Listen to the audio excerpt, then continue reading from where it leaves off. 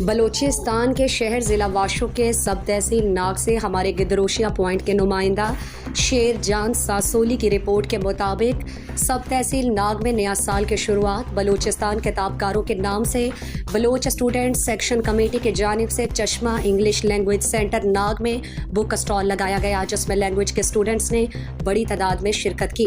کتاب سے دوستی وقت کی ضرورت اور ادبا، شعراء، مصنفین اور کاتبین کو عزت کی نگاہ سے دیکھا جاتا تھا۔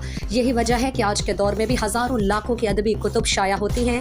ادبا کی تعداد میں اضافہ ہوا ہے اور ادبی معیار میں بھی تنوع آیا ہے، مگر افسوسناک پہلو یہ ہے کہ کتاب سے عدم دوستی اور پڑھنے کی عادت کے فقدان کی وجہ سے دور حاضر کا انسان علم کے پیش بہا خزانے تک رسائی سے محروم ہے۔ تسلیم شدہ ہے کہ انٹرنیٹ معلومات کا بہت بڑا ذخیرہ ہے، لیکن جو روحانی آسودگی اور تسکین کسی ادبی کتاب کو پڑھ کر محسوس ہوتی ہے، آج ہم اس سے محروم ہیں۔ لائبریریوں ہمارے علاقے میں نہیں ہیں تو عوامی دلچسپی کہاں آتی ہے؟ آخر کیا وجہ ہے کہ ہمارے معاشرے سے کتاب پڑھنے کا رجحان ختم ہوتا جا رہا ہے؟ کتابی کیڑا کی کہاوت تو سنی تھی، لیکن نیٹ نے انسان کو انٹرنیٹ کا کیڑا بنا دیا ہے۔ زندگی ایک پھول ہے اور تعلیم اس کی خوشبو ہے۔